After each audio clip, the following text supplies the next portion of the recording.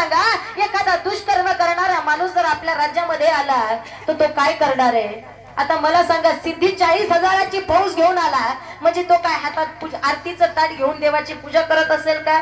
नाहीये. जसा आला तसा त्याने थैमान मांडला गडावरती, गडाच्या पायथ्याशी असणाऱ्या गावरान गायी कापल्या.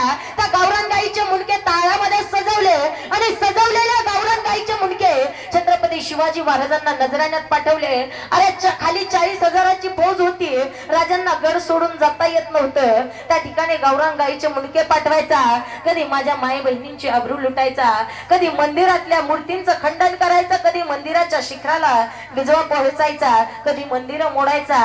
अनेक दुष्कर्म तो करू लागला आणि माझ्या राजांना पत्र पाठवलं, शिवाजी महाराज, जर तुम्हाला हा थैमान थांबवायचा असेल तर तुम्हाला येऊन माझ्या पायावरती नाक घासावं लागेल. आणि जर तुम्ही माझ्यावर पायावर नाक नाही घासले तर हा थैमान असाच चालू राहणार. अशीच तुमच्या माया बहिणींची आबरू जाणार, तुमच्या माया बहिणींच्या कपाळावरचं कुंकू जाणार, तुमच्या हिंदू धर्माचं प्रतीक असणारी तुमची गाय, तुमची मंदिरं सगळ्यांचा मी नाश करणार.